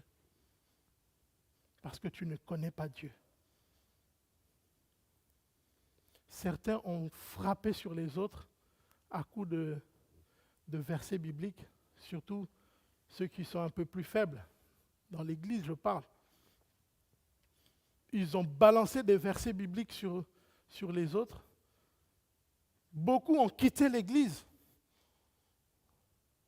Parce que ceux qui étaient censés être des pères ne connaissaient pas le caractère de Dieu. Jésus dit, ce qui plaît à Dieu, si vous connaissiez la compassion, la miséricorde, vous n'auriez pas condamné les gens comme ça. Si Dieu devait nous traiter comme nous nous traitons les uns les autres, personne ne vivra encore. Personne. Personne ne serait assis là ce matin. Moi-même, je ne sais pas où je serais. Vous comprenez? Mais quand tu connais le cœur de Dieu, quand tu connais le cœur de Jésus-Christ, et que tu vois que le cœur de Jésus, tout ce qu'il a, c'est que tu t'épanouisses. C'est que la vie que tu as reçue porte tellement de fruits. Ce n'est pas juste du fruit, mais un fruit abondant. Si tu savais que c'est ça qui réjouit le cœur de Jésus, tu regarderais les autres différemment. Tu regarderais les autres différemment, frère et sœur.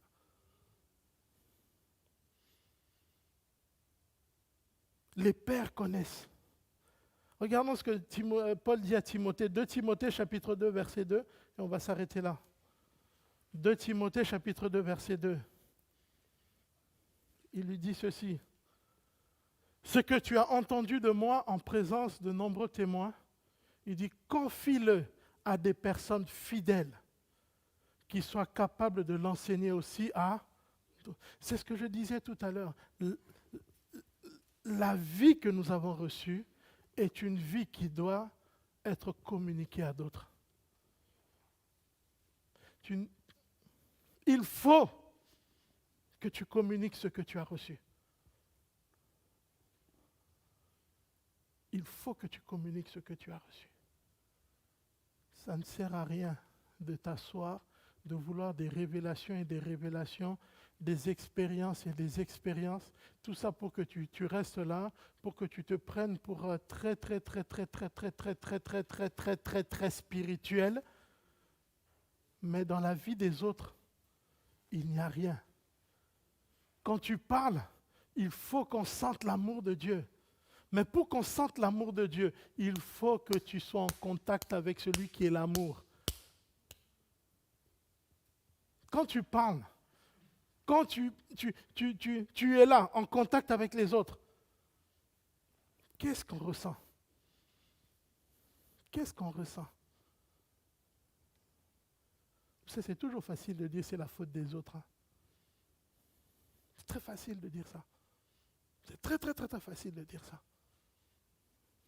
Toujours la faute des autres. C'est facile de se plaindre. Tout le monde peut se plaindre.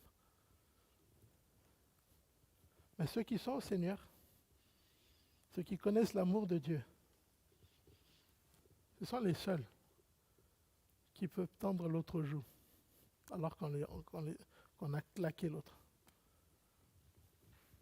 C'est seulement quand tu connais Dieu que tu peux faire ça. C'est vraiment quand tu le connais. Ce n'est pas quelque chose qu'on peut imiter.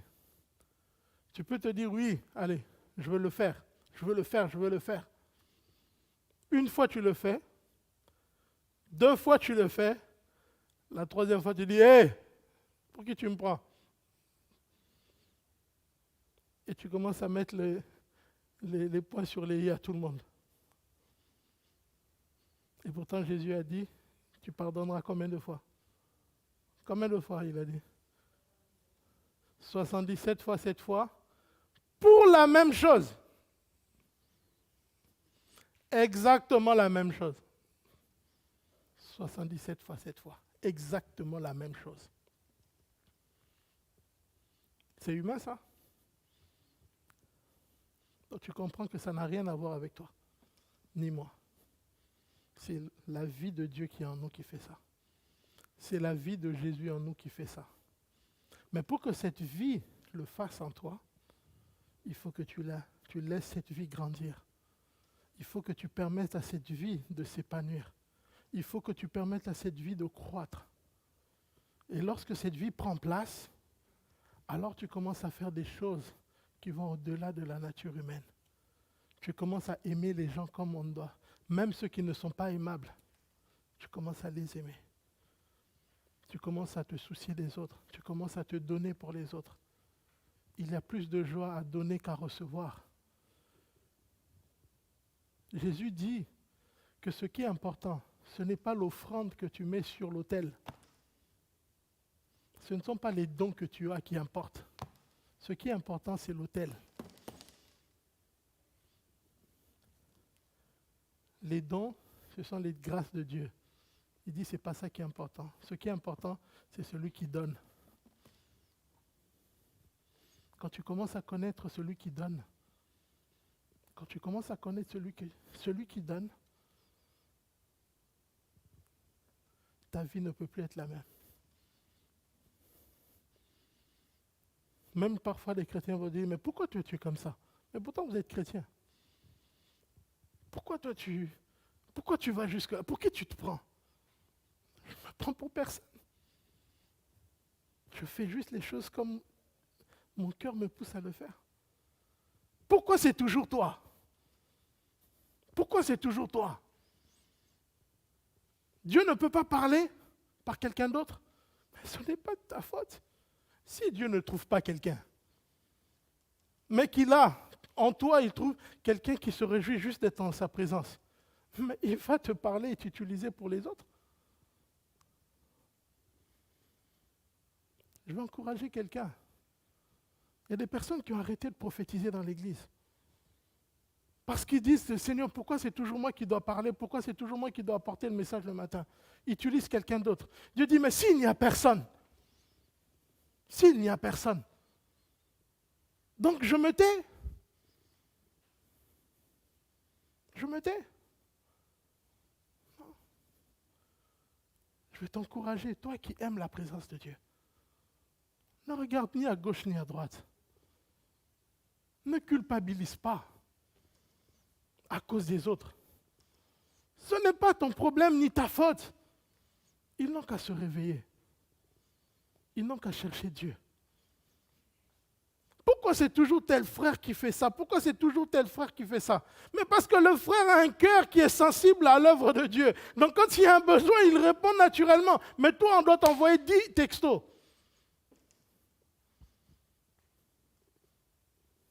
Alors quand il y a un besoin, c'est normal qu'on commence d'abord par lui, parce qu'on connaît son cœur. Après, ne dis pas, mais pourquoi moi on m'a... Mais parce qu'il faut qu'on voit ce qui transpire en toi. Il faut qu'on voit ce qui transpire en toi.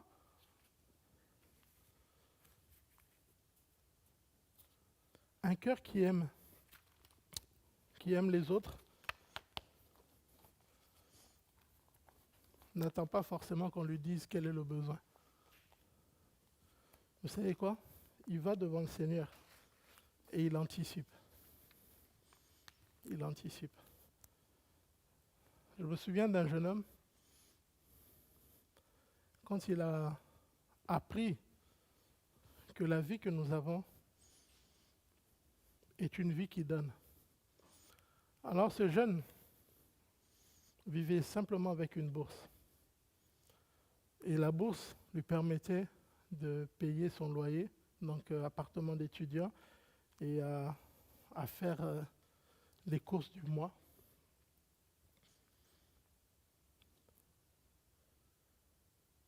Et le Saint-Esprit lui a dit, prends une pièce de 2 euros. Toutes les semaines, tu prends ta pièce de 2 euros, tu la mets dans ta poche. Et la prière de ce jeune, donc le lundi, le début de la semaine, c'était Seigneur, voilà 2 euros. Aujourd'hui, c'est tout ce que je peux donner. Mais mets quelqu'un sur ma route. Parce que je veux lui donner ces 2 euros.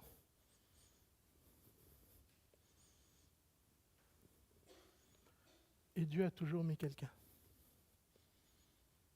Quand lundi, il n'avait pas vu quelqu'un, mardi, il n'était pas bien. Parce que son cœur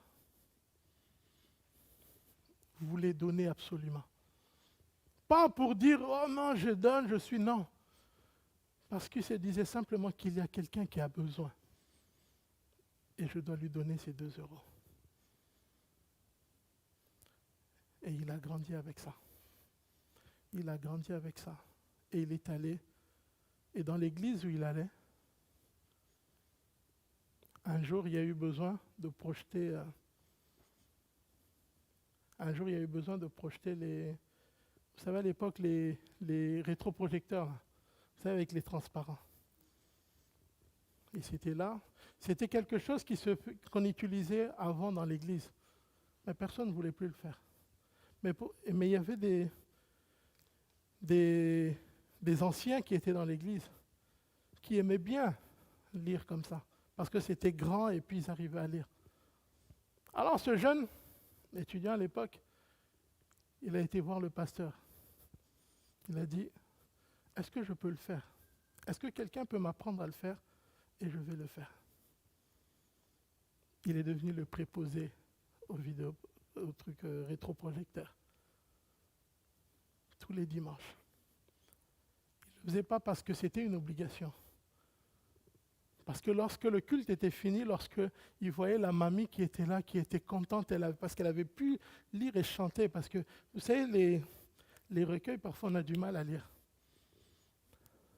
C'était ça sa seule récompense. Et il a continué comme ça des années.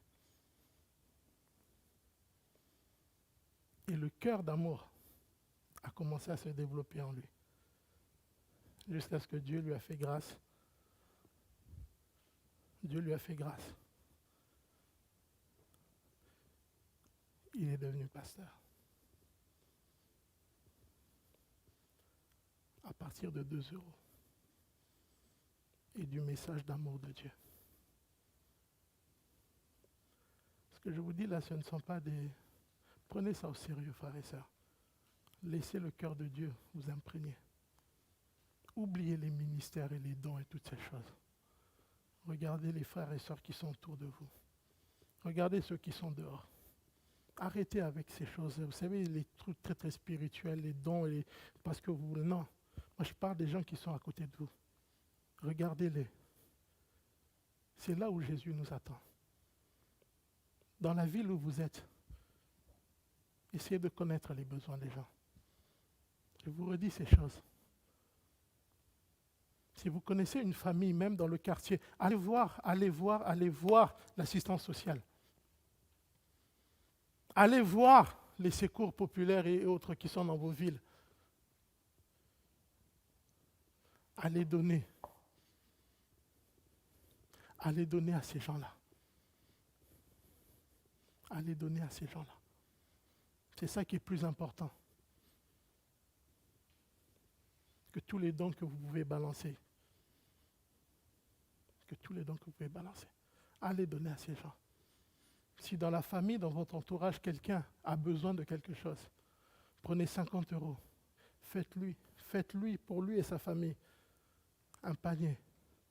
Allez lui donner. Allez lui donner. Si vous connaissez une femme qui élève seule ses enfants, même si elle ne vous demande rien, parce que par pudeur, elle ne veut pas le dire, mais vous savez qu'au prix, au prix aujourd'hui de tout ce qui est aliments, tout ce qui est vêtements, surtout pour les enfants et tout ça, si vous lui faites un colis, vous allez lui déposer, elle ne vous dira jamais non. Mais grâce à vous, elle va se mettre à genoux et dire, je sais que j'ai un Dieu, parce que c'est lui qui a pourvu. C'est ça la réalité de la vie chrétienne. C'est ça la réalité de la vie chrétienne. Tout le monde veut être pasteur ici, dire des... Ce n'est rien ça, ce n'est rien. Jésus lui-même dit, si on se tait, les pierres vont parler. Mais les pierres ne vont pas aimer comme nous pouvons aimer. Personne. Pensez aux gens autour de vous, frères et sœurs. Pensez à ceux qui sont autour de vous. Il vous reste à peine 100 € dans le mois. Faites 50-50.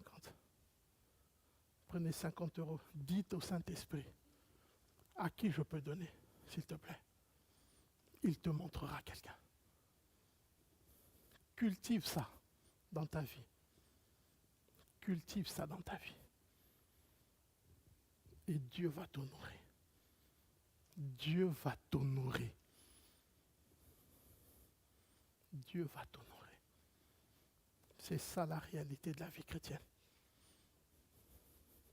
Soyons adultes. Amen. Soyons des adultes. On peut incliner nos têtes? Excellent Père de grâce, toi le Dieu en qui il n'y a point d'ombre de variation, tu ne changes pas, nous te bénissons ce matin pour ta parole.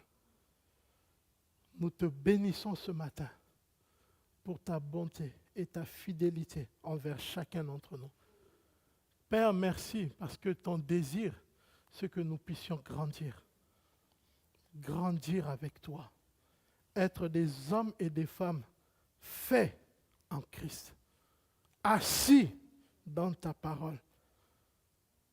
Œuvrant pour le bien de notre prochain.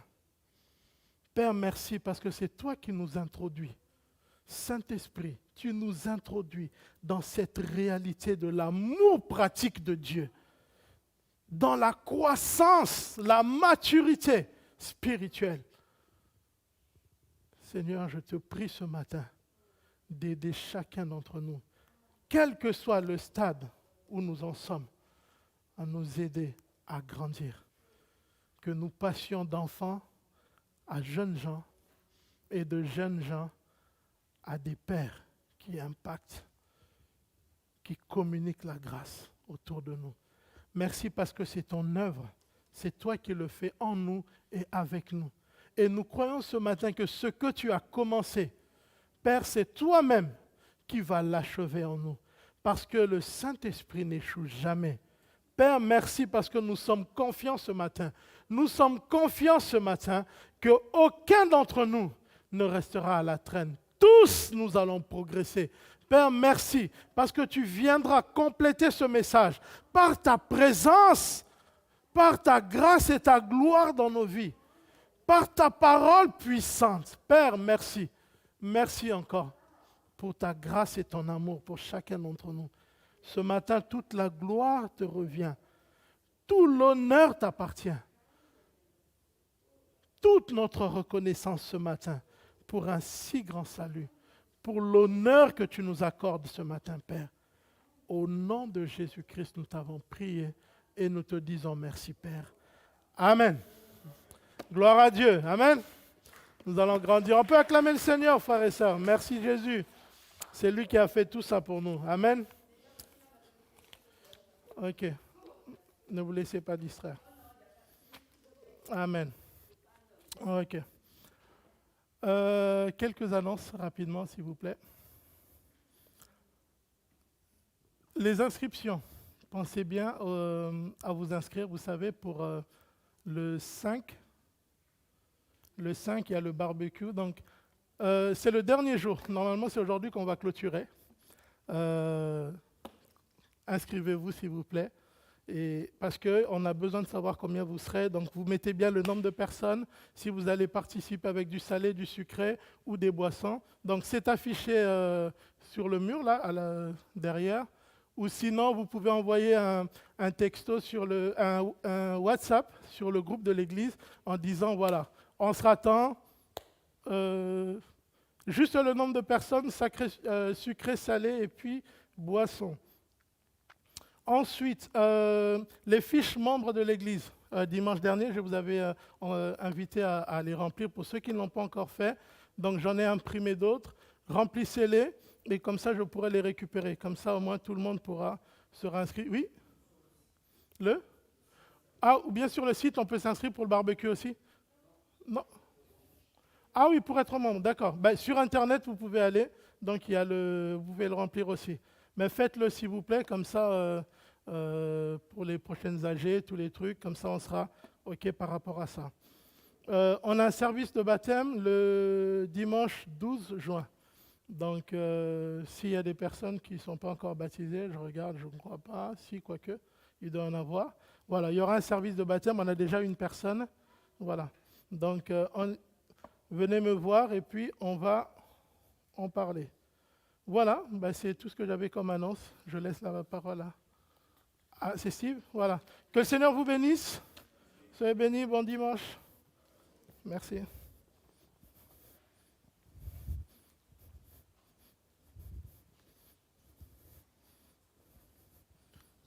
Merci pour ce message. Merci aussi au groupe de louanges pour ce moment que nous avons passé. Donc nous allons passer aux annonces. Donc chaque dimanche, ici même à l'église Renaissance à Chaumontel, à 10h, et aussi via YouTube, abonnez-vous, n'oubliez pas de vous abonner pour recevoir les notifications. Le mardi, nous avons aussi les réunions de prière, donc qui commencent le mardi à 20h, de 20h à 21h. Également aussi dans la même semaine, nous avons le jeudi, donc une réunion de prière aussi le matin de 6h à 7h et le jeudi soir de 21h à 22h. Pour les dîmes et les offrandes, donc vous avez le choix entre soit le faire par virement directement sur le site, en chèque à l'ordre de Église Renaissance, ou vous avez aussi la possibilité de le faire via les troncs qui sont juste derrière vous, le tronc pour le coup. Et les événements à venir, donc si je ne me trompe pas, nous avons donc l'association du camp familial chrétien évangélique vous invite le 4 juin. Donc en fait c'est une association qui se trouve en Normandie. Donc je vais en parler pour ma femme ne veut pas en parler, mais je vais en parler. Donc c'est en Normandie, donc c'est une maison qui reçoit des familles qui le désirent pour passer des moments ensemble ou même des réunions comme la réunion Belle aux yeux de Dieu, on peut la faire là-bas, on peut aussi faire les réunions d'hommes aussi également. Donc, mais ce jour-là, nous avons une sortie, donc le samedi 4 juin, c'est une sortie annuelle. Donc si ça peut vous intéresser, vous avez la possibilité d'aller sur le site directement, donc ACFCE, et vous trouverez toutes les informations pour cette sortie. Voilà. Ensuite, nous avons, comme l'a dit le pasteur Alain, la sortie du 5 juin, donc la fête de la Pentecôte. Donc pensez à vous inscrire aujourd'hui. Donc comme il l'a dit, c'est le dernier jour. Vous avez la possibilité de le faire juste sur le côté de l'armoire, là, sur le côté. Donc faites-le, comme ça vous pourrez participer. Voilà. Ensuite, nous avons pour les rendez-vous avec le pasteur, donc vous avez la possibilité de le faire aussi sur rendez-vous, donc au 06 51 13 44 13. Donc pour toute question, pour des visites, pour un entretien, donc voilà. Mais l'agent les portes ouvertes, c'est bon? Ok, d'accord. Donc voilà, donc je vous souhaite un bon dimanche, soyez bénis et une bonne semaine.